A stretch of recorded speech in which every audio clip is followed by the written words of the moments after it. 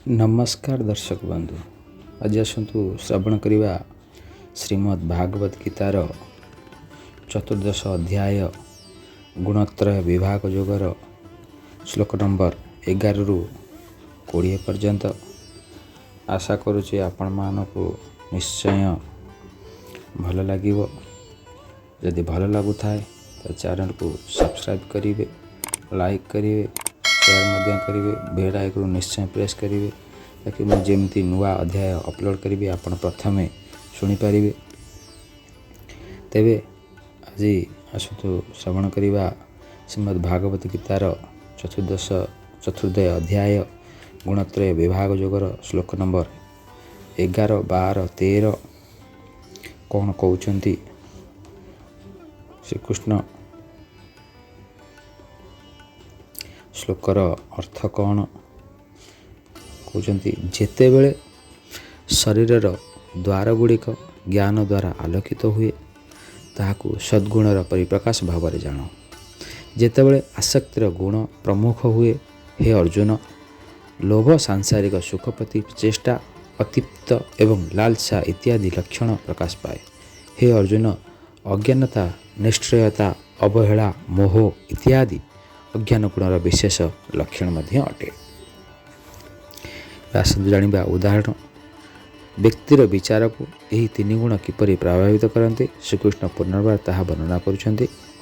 सद्गुण सद्गुणर विकास एवं ज्ञान को उद्भासित करे। रजोगुण लोभ सांसारिक प्राप्ति निमंते अत्याधिक कर्म प्रवणता मनरे अस्थिरता उत्पन्न करे। तमोगुण बुद्धि को मोहित करे। आलस्य, मादक द्रव्य सेवन प्रति आग्रह एवं हिंसा इत्यादि बुद्धि कराए। प्रकृत में यही सब गुण भगवान एवं आध्यात्मिक मार्ग प्रति आमर दृष्टिकोण को मध्य प्रभावित करिथाए। जेतेबेले आम मनरे सद्गुणर प्राधान्य बुद्धि पाए, आमे चिंता करिपारु मो गुरुଙ୍କ ଠାରୁ केते कृपा प्राप्त करिछि, मु मो साधना शीघ्र उन्नति करिबा पाई प्रयत्न करिबा उचित कि न उचित। कारण मानव शरीर अति मूल्यवान अटे एवं सांसारिक प्रचेष्टा या व्यर्थ करिबा उचित नुहे। जेतेबेले वासनात्मक गुण प्रमुख हुए, आम भावी थाउ मु आध्यात्मिक मार्ग में प्रगति करिबा उचित, किंतु एते व्यस्त हेबार आवश्यकता कौन। वर्तमान मोर अनेक दायित्व निर्वाह करिबार अछि एवं सेगुड़िक अधिक गुरुत्वपूर्ण अटंती।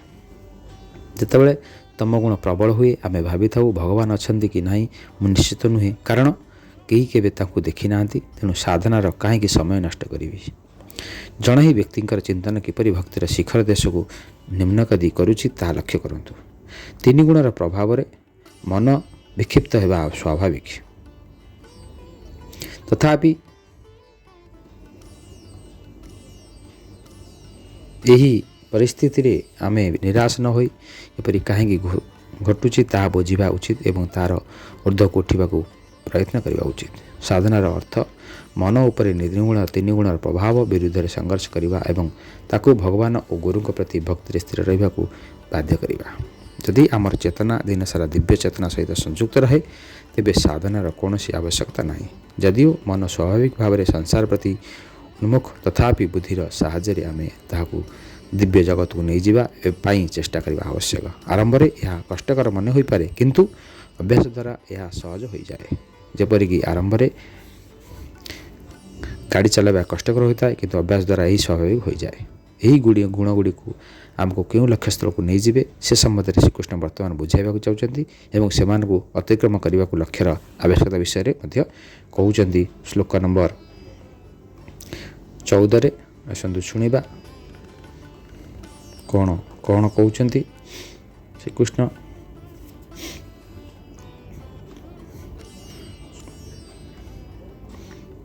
श्लोक 14 और 15 में दुईटा श्लोक एका संगे शुणिबा। श्लोकर अर्थ कौन कि सत्गुण प्रधान व्यक्ति मृत्यु पर स्वर्गलोक प्राप्त करती। रजगुणी प्रमुख व्यक्तिगण कर्म प्रति आग्रही व्यक्ति मान मध्य जन्मग्रहण करती। तमगुण युक्त व्यक्ति माने मृत्यु पर पशु भाव में जन्म नियंती। श्रीकृष्ण एठार बुझाऊँच जे जीवर भाग्य तार व्यक्तित्वर गुणगुड़िक द्वारा निर्धारित होता है। ଭଗବାନଙ୍କର ନିୟମ ତଥା କର୍ମର ନିୟମ ଅନୁସାରେ ଆମେ ଯାହା ପାଇବା ପାଇଁ ଯୋଗ୍ୟ ତାହା ପାଇଥାଏ। ଯେଉଁମାନେ ସଦ୍ଗୁଣ ଜ୍ଞାନ ଏବଂ ଅନ୍ୟମାନଙ୍କ ପ୍ରତି ସେବା ଭାବନାରେ ଯୁକ୍ତ, ସେମାନେ ଧର୍ମପରାୟଣ, ଶିକ୍ଷିତ, ସମାଜସେବୀ ଇତ୍ୟାଦି ଲୋକଙ୍କ ପରିବାରରେ ଜନ୍ମଗ୍ରହଣ କରନ୍ତି କିମ୍ବା ସେମାନେ ଉଚ୍ଚତର ସ୍ୱର୍ଗ ଲୋକକୁ ଯାଇଥାନ୍ତି। ଯେଉଁମାନେ ଲୋଭ, ହିଂସା ଏବଂ ସାଂସାରିକ କାମନାରେ ବୁଡ଼ି ରହିଥାନ୍ତି, ସେମାନେ କର୍ମପ୍ରବଣ ବ୍ୟସ୍ତ ପରିବାରର ପ୍ରାୟତଃ ବୈଶ୍ୟ ପରିବାରରେ ଜନ୍ମ ନେଇଥାନ୍ତି। ଯେଉଁମାନେ ମାଦକ ଦ୍ରବ୍ୟ ସେବନ, ହିଂସା, ଆଳସ୍ୟ ଏବଂ କର୍ତ୍ତବ୍ୟରେ ଅବହେଳା ଆଦି ଆଚରଣ କରନ୍ତି, ସେମାନେ ମଦ୍ୟପେୟ ବା ଅଶିକ୍ଷିତ ପରିବାରରେ ଜନ୍ମ ନିଅନ୍ତି କିମ୍ବା ସେମାନେ ବିବର୍ତ୍ତନ ସ୍ୱପ୍ନରେ ନିମ୍ନଗାମୀ ହୋଇ ପଶୁ ଯୋନିରେ ଜନ୍ମଗ୍ରହଣ କରନ୍ତି। କେତେ ଲୋକ ଭାବନ୍ତି ଥରେ ମନୁଷ୍ୟ ଯୋନି ପାଇବା ପରେ ପୁନର୍ବାର ନିମ୍ନତର ଯୋନିକୁ ପତନ ହେବା କ'ଣ ସମ୍ଭବପର?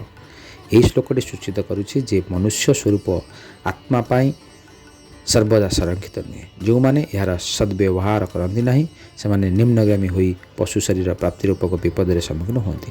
ଗୁଣର ପ୍ରଗାଢ଼ତା ଏବଂ ସ୍ଥାୟିତ୍ୱ ଉପରେ ନିର୍ଭର କରି ଆତ୍ମା ଆଧ୍ୟାତ୍ମିକ ବିବର୍ତ୍ତନରେ ଉଚ୍ଚକୁ ଚଢ଼ିପାରେ, ସେହି ସ୍ୱପ୍ନରେ ରହିପାରେ କିମ୍ବା ନିମ୍ନଗାମୀ ହୋଇପାରେ।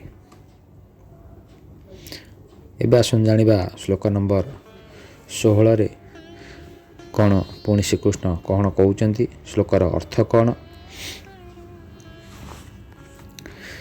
ଏହା କୁହାଯାଇଥାଏ ଯେ ସତ୍ଗୁଣ ଯୁକ୍ତ ହୋଇ କରାଯାଇଥିବା କର୍ମ ଶୁଦ୍ଧ ଫଳ ପ୍ରଦାନକାରୀ ହୋଇଥାଏ। ରଜଗୁଣ ଯୁକ୍ତ ହୋଇ କରାଯାଇଥିବା କର୍ମ ଯାତନା ଦେଇଥାଏ ଏବଂ ତମଗୁଣ ଯୁକ୍ତ ହୋଇ କରାଯାଇଥିବା କର୍ମର ଫଳ ଅନ୍ଧକାର ହୋଇଥାଏ। ସଦ୍ଗୁଣ ଦ୍ୱାରା ପ୍ରଭାବିତ ବ୍ୟକ୍ତି ଶୁଦ୍ଧତା, ସଦ୍ଗୁଣ ଜ୍ଞାନ ଏବଂ ନିଃସ୍ୱାର୍ଥପରତା ଆଦି ଗୁଣ ଦ୍ୱାରା ଭୂଷିତ ହୋଇଥାଏ। ସେମାନଙ୍କ କର୍ମର ଅଭିପ୍ରାୟ ପ୍ରାୟତଃ ମହତ୍ ରହିଥାଏ ଏବଂ ତାର ଫଳ କଲ୍ୟାଣକାରୀ ଏବଂ ସନ୍ତୋଷଜନକ ହୋଇଥାଏ। ରଜଗୁଣ ଦ୍ୱାରା ପ୍ରଭାବିତ ବ୍ୟକ୍ତି ଇନ୍ଦ୍ରିୟ ଓ ମନର କାମନା ଦ୍ୱାରା ଅଶାନ୍ତି ରହିଥାନ୍ତି। ସେମାନଙ୍କର ସମସ୍ତ କର୍ମର ପୃଷ୍ଠଦେଶରେ ନିଜର ତଥା ପରିବାର ସଦସ୍ୟଙ୍କର ଆତ୍ମୋନ୍ନତି ଏବଂ ଆତ୍ମସନ୍ତୁଷ୍ଟିର ଉଦ୍ଦେଶ୍ୟ ଥାଏ।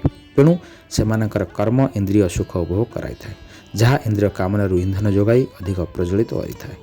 ତମଗୁଣ ଦ୍ୱାରା ପ୍ରଭାବିତ ବ୍ୟକ୍ତିଙ୍କର ଶାସ୍ତ୍ରରେ ନିର୍ଦ୍ଦେଶ ଏବଂ ଆଚରଣ ନିୟମ ପ୍ରତି କୌଣସି ସମ୍ମାନ ନଥାଏ।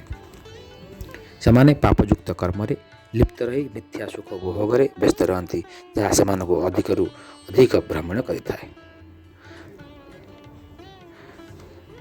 ଏବେ ଆସନ୍ତୁ ଜାଣିବା ଶ୍ଲୋକ ନମ୍ବର 17ରେ ପୁଣି ଶ୍ରୀକୃଷ୍ଣ କ'ଣ କହୁଛନ୍ତି, 17ର ଶ୍ଲୋକର ଅର୍ଥ କ'ଣ? କି ସଦ୍ଗୁଣରୁ ଜ୍ଞାନରୁ ଉଦୟ ହୁଏ, ରଜଗୁଣରୁ ଲୋଭ ଏବଂ ତମଗୁଣରୁ ଅବହେଳା ଓ ଭ୍ରମ ଉତ୍ପନ୍ନ ହୁଏ। ଜାଣିବା ଉଦାହରଣ। ଏ ତ୍ରିଗୁଣ ଦ୍ୱାରା ଅର୍ଜିତ ଫଳର ବିବିଧତା ସମ୍ପର୍କରେ ସୂଚନା ଦେବା ପରେ ଶ୍ରୀକୃଷ୍ଣ ବର୍ତ୍ତମାନ ଏହାର କାରଣ ଦର୍ଶାଉଛନ୍ତି। ସଦ୍ଗୁଣ ଜ୍ଞାନର ଉଦୟ କରେ, ଯାହା ଉଚିତ ଅନୁଚିତର ବିଚାର କରିବାର କ୍ଷମତା ପ୍ରଦାନ କରିଥାଏ। ଏହା ଇନ୍ଦ୍ରିୟ ତୃପ୍ତିର କାମନାକୁ ଦମନ କରେ ଏବଂ ତନ୍ନିହିତ ସୁଖ ଓ ସନ୍ତୋଷର ଅନୁଭବ କରାଏ।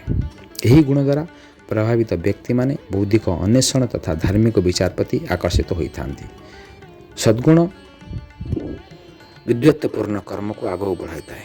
ରଜଗୁଣ ଇନ୍ଦ୍ରିୟଗୁଡ଼ିକୁ ଉତ୍ତେଜିତ କରେ ଏବଂ ମନକୁ ଉଚ୍ଚାକାଂକ୍ଷୀ କାମନାର ଆବର୍ତ୍ତନକୁ ପଠାଇ ଅନିୟନ୍ତ୍ରିତ କରିଦିଏ। ବ୍ୟକ୍ତି ସେହି ଜାଲରେ ଛନ୍ଦି ହୋଇ ଏବଂ ସୁଖ ସମ୍ପଦ ପ୍ରାପ୍ତି ନିମନ୍ତେ ଅତ୍ୟଧିକ ଉଦ୍ୟମ କରିବାକୁ ଲାଗିଯାଏ, ଯାହା ଆତ୍ମା ପାଇଁ ମୂଲ୍ୟହୀନ ଅଟେ।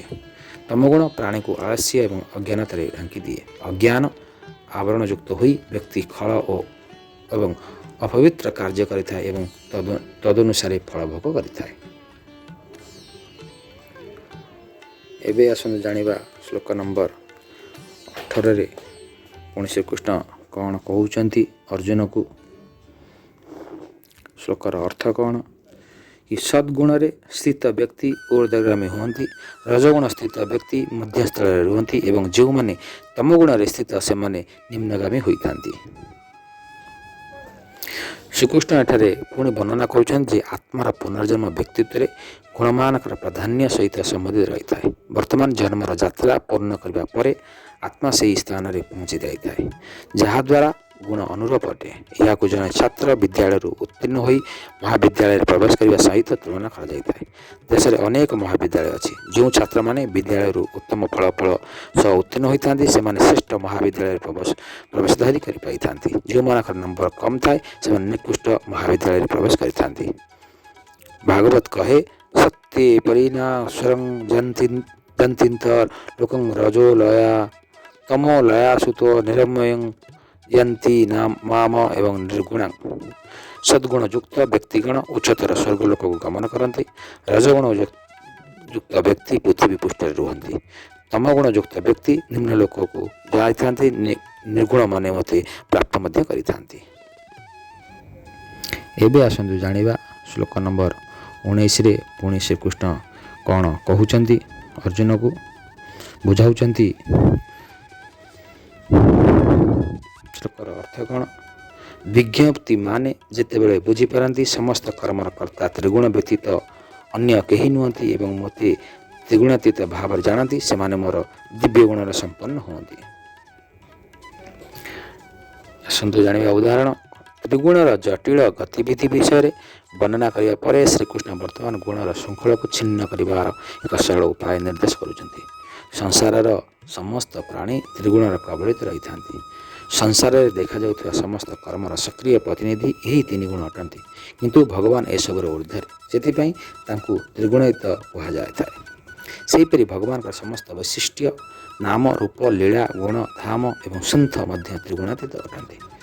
त्रिगुण बलय अंतर्गत कौन व्यक्ति बा वस्तु ठारे आमे जदि मन को आसक्त करिबा तेबे से गुणगुड़िकर आभास आम मन और बुद्धि बुद्धि पाइब। किंतु जदि आमे आम मन को दिव्य जगत में लगाइबा गुणगुड़िक प्रतिहित हो मन दिव्य हो जानी जो मैंने सांसारिक व्यक्त और वस्तु सहित से संपर्क शिथिल करने को आरंभ करती। भक्ति द्वारा हरि और गुरु सहित संबंध सुदृढ़ करती। यह को त्रिगुण को अतिक्रम कर भगवान का दिव्य गुण हासिल कर सक्षम कराए। यार विशिष्ट वर्णना श्लोक 14-26 कर। आसंतु एबे जानिबा श्लोक नंबर 20 रे पुणी श्रीकृष्ण कौन अर्जुन को बुझाउचंती। श्लोकर अर्थ कौन कि शरीर सहित जड़ित भौतिक प्रकृतिर तीन गुण को अतिक्रम करी व्यक्ति जन्म व्याधि वार्धक्य आदि दुख को मुक्त होई अमरत्व प्राप्त करे। सुनता विषय उदाहरण शुणा। श्लोकर आमे जदि गोटे अपरिष्कार कूओ को जलपान करूँ आमर उदय निश्चित भाव खराब हो। सेहीपरि आम जदि तीन गुण द्वारा प्रभावित होगा फलस्वरूप आम निश्चित भाव संसार में बारंबार जन्म व्याधि बार्धक्य एवं मृत्यु को प्राप्त होगा। भौतिक जीवन में यही 4 गोटी मुख्य क्लेश अटे। ये सब को देखि बुद्ध प्रथमे अनुभव कले संसार दुखपूर्ण अटे एवं तापर से ही दुख को मुक्ति पाइबार मार्ग खोजिले। मनुष्य मानक पई वेद अनेक गुड़ी आचरण विधि सामाजिक कर्तव्य रीति एवं नियम धार्य करिछि। ये सब निर्धारित कर्तव्य एवं आचरण विधि को एकत्र भावे कर्म धर्म बा वर्णाश्रम धर्म बा शारीरिक धर्म कहुए। सेगुड़ी को आमको तमगुण एवं रजगुण उन्नीत कराई सद्गुण दिभ को नहीं था। किंतु सद्गुण हासिल करने यथेष्ट नुहे, यह मध्य बंधन एक रूप अटे। आम लक्ष्य याठार मध्य जे आग को भौतिक अवस्था बंदी गृह मुक्ति लाभ करवा। श्रीकृष्ण वर्णना करुछंती जे जेतेबेले आमे त्रिगुण को अतिक्रम करिथाए माया आमको आउ कबलित करिपारना। एहीपरि भावरे आत्मा जन्म मृत्युर चक्रु मुक्त हो जाए एवं अमरत्व प्राप्त करे। आत्मा सर्वदा अमर तथापि भौतिक शरीर सहित तादात्म्य करी यह जन्म और मृत्युर भ्रमण पीड़ित होता है। यही भ्रमात्मक अनुभव आत्मार नित्य स्वभाव विपरीत अटे। से एथिर मुक्ति चाहे माइक भ्रम स्वाभाविक भाव में आमर आत्मा प्रति कष्टदायक अटे एवं अभ्यंतर आमे अमरत्व स्वादान करने को चाहूँ। आज आम श्रवण कले श्रीमद् भागवत गीतार 14 अध्याय गुणत्रय विभाग योगर श्लोक नंबर 11-20 पर्यंत।